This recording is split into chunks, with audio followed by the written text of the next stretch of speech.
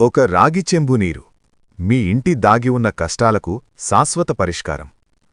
చాలామంది ఇలా అనుకుంటారు, కులదేవత పూజ క్రమంగా ఉంది, ఇష్టదైవానికి రోజూ దీపధూపాలున్నాయి, పితృదేవతలకు శ్రాద్ధాలు కూడా సక్రమంగా జరుగుతున్నాయి. అయినా ఇంట్లో ఎందుకు శాంతిలేదు? ఎందుకు అప్పులు, అడ్డంకులు, అనుకోని సమస్యలు? ఇది సాధారణ సమస్య కాదు, ఇది గుర్తించలేని పితృబాధ. ఏ ఇంట్లో అయినా ఆ ఇంటికి వచ్చిన స్త్రీల, భార్యలు, కోడళ్ళు, వారి పుట్టింటి పూర్వీకులకు ఆ ఇంట్లో ప్రత్యేక ఆరాధన జరగదు. ఆ పూర్వీకులు తమ మనవరాళ్లను చూడాలని కోరుకుంటారు, వారి క్షేమాన్ని చూడాలనుకుంటారు.